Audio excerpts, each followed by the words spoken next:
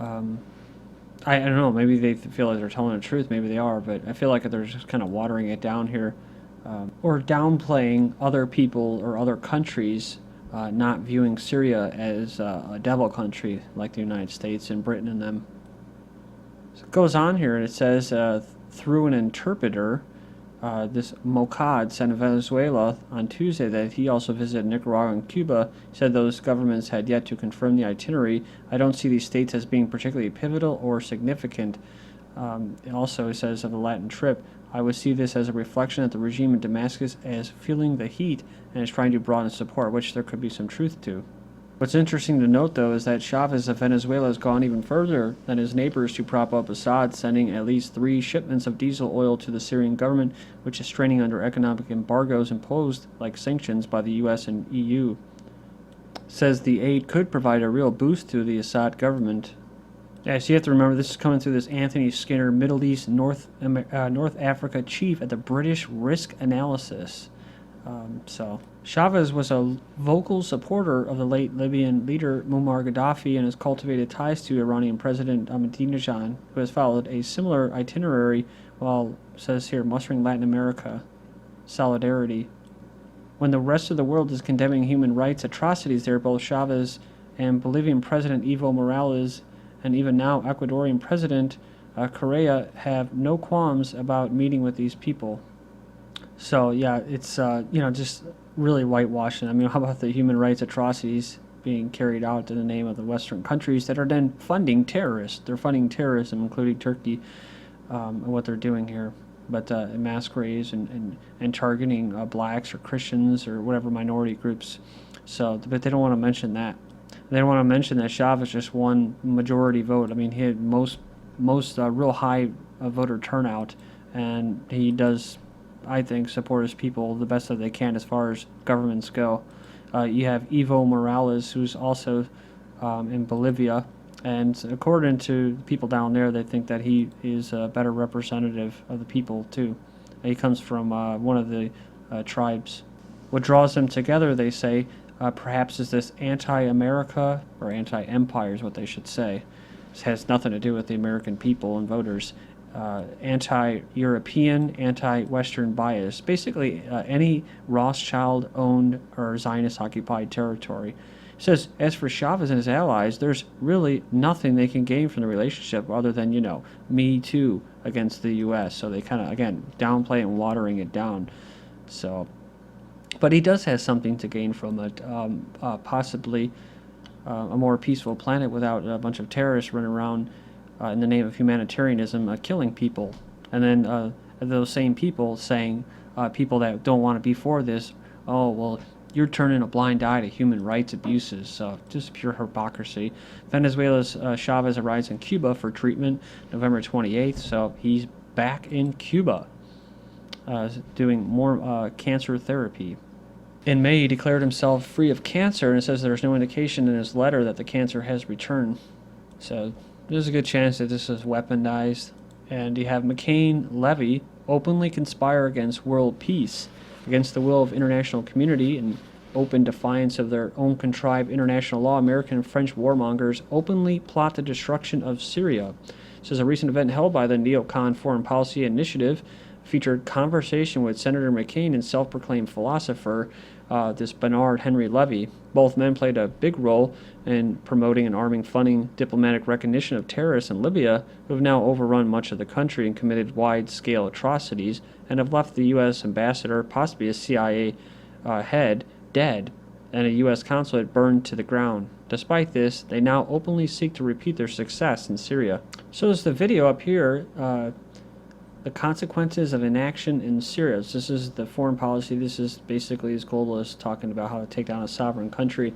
Says the consequences are, number 1, Libya's freedom fighters are verified terrorists. Benghazi, Libya was the epicenter. Number 2, these very same terrorists are now being purposefully armed, funded, and funneled into Syria via NATO member Turkey. 3, the violence in Syria is a result of premeditated U.S., Israeli, Saudi, let's not forget Qatari plan stretching back to 2007, confirmed by Pulitzer Prize winning journalist Seymour Hersh in his article Redirection.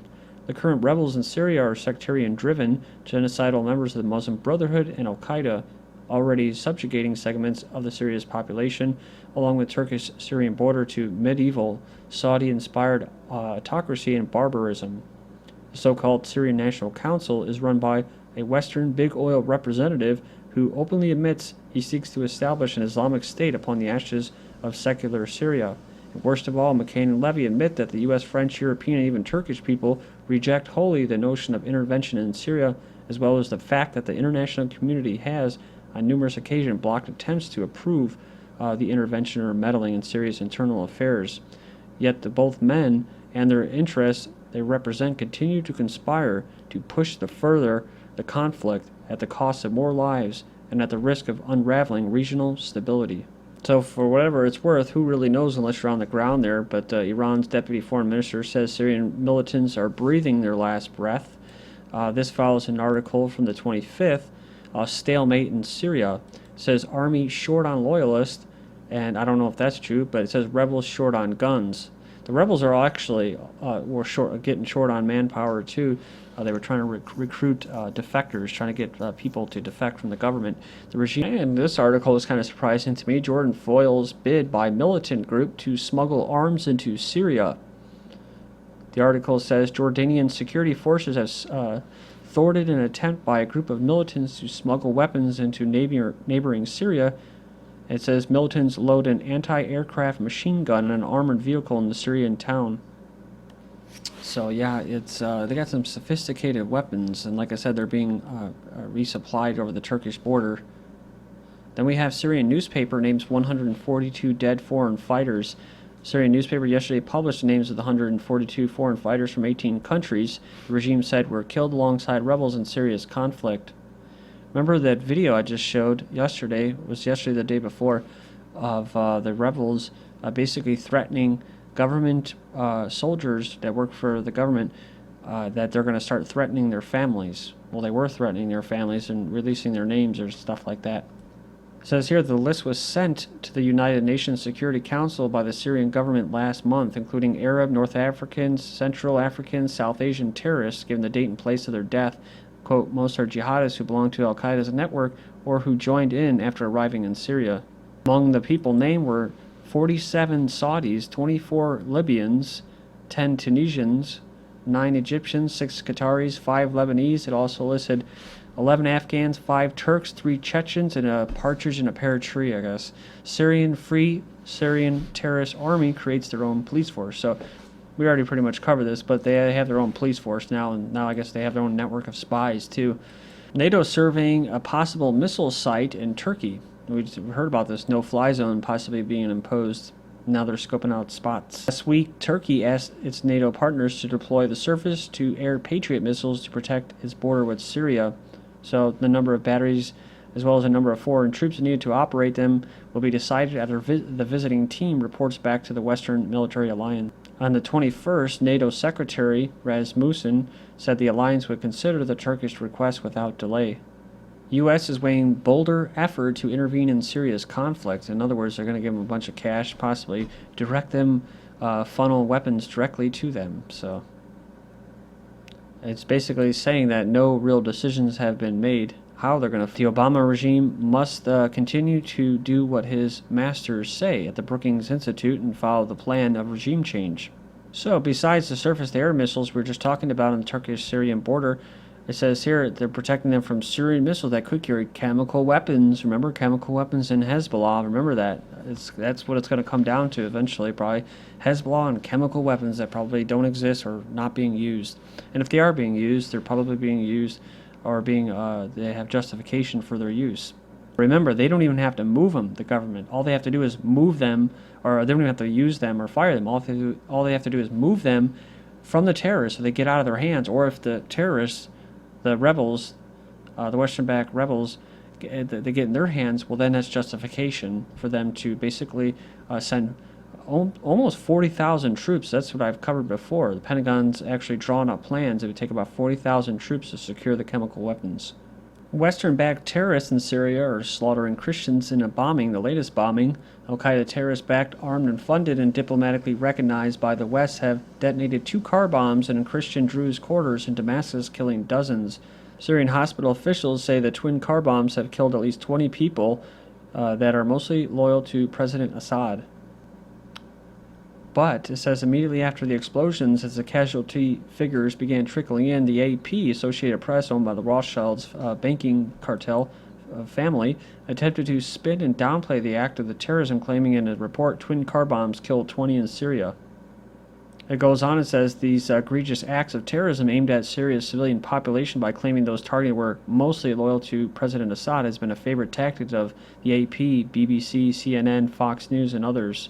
In reality, the vast majority of Syrians, from Christians to Druze, from Shia Muslims to moderate Sunnis, are targets of the sectarian extremists. Saudi Wahhabi indoctrinated terrorists the U.S., Israel, and Saudi Arabia have been funding and importing from across the region against the Syrian people since 2007. The terrorists in Syria have recently received a boost by the West, arranging for them a political front in Doha, Qatar, to act as the reasonable face for their armed terrorism, portraying the premeditated destabilization by foreign terrorists as an indigenous struggle for freedom and democracy. That's what they're always telling us.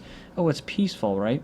The Arab Spring, struggling for democracy, while it's being funded by dictatorships in Saudi Arabia and Qatar, and that it says here, oh yeah, while the U.S. joined and began the humanitarian effort in Libya. But like we said, this Western oil puppet has already declared on Al Jazeera's intention of establishing a theocracy or an Islamic state. Qatar's support for Islamists muddles his reputation as a neutral broker in the Mideast. So, yeah, really. For years, the tiny oil sheikdom of Qatar has been a reliable U.S. partner in the Middle East, and as a host to a large American military base in the region, and as a diplomatic bulwark against Iran, it has backed the fall of autocratic rulers in Libya and Syria. With billions of dollars in natural gas and oil revenue, it is bankrolling a new generation of Islamists across the Middle East. What is that what we call them? See, in America, we call them terrorists, right? Well, they call them Islamists if they don't want to refer to them as terrorists because they're funding them. Will be bad if the U.S. was funding terrorism openly and publicly. I mean, people already know that openly, but they're never gonna, come out and say, "Hey, yeah, we're funding terrorists," because then what? The U.S., the U.K., Israel, most of the European Union, NATO countries would be state sponsors of terror, like Turkey is right now, and then they have to declare a war on terror on themselves. But their biggest beef here is they're raising questions about the vision for the region and whether some of its policies are in direct conflict with U.S. interests, right? They want, their piece of the action. So that's what they care about. But they'll work with them, too. I mean, as long as it's in line with their global hegemony, they'll serve their interests until they start butting heads, and then, they'll declare them terrorist as well, a terrorist state of Qatar, and this is basically the same article. They just title it different. Tiny oil fiefdom Qatar pushes for hegemony on a global stage. Then resource rapture. Maliki al-Maliki of Iraq moves to control Kurdistan's energy assets. So this is pretty much where we'll continue when we come back in part 3. The recent increase of Iraqi troops in resource-rich contested areas is fueling fears that the subsequent escalation of tension could develop into a full-scale war between the Shiite Iraqi government and the area known as Iraqi Kurdistan. This is what I've been covering recently, the build-up, and then they kind of just cooled down a little bit. It was over Kurdistan basically trying to, it was about oil. They wanted to start selling and producing and exporting their own oil. So if they're talking about Iraqi's encroachment onto Kirkuk and threatening war should it continue with its current aggressive policy. This is GGN. Thanks.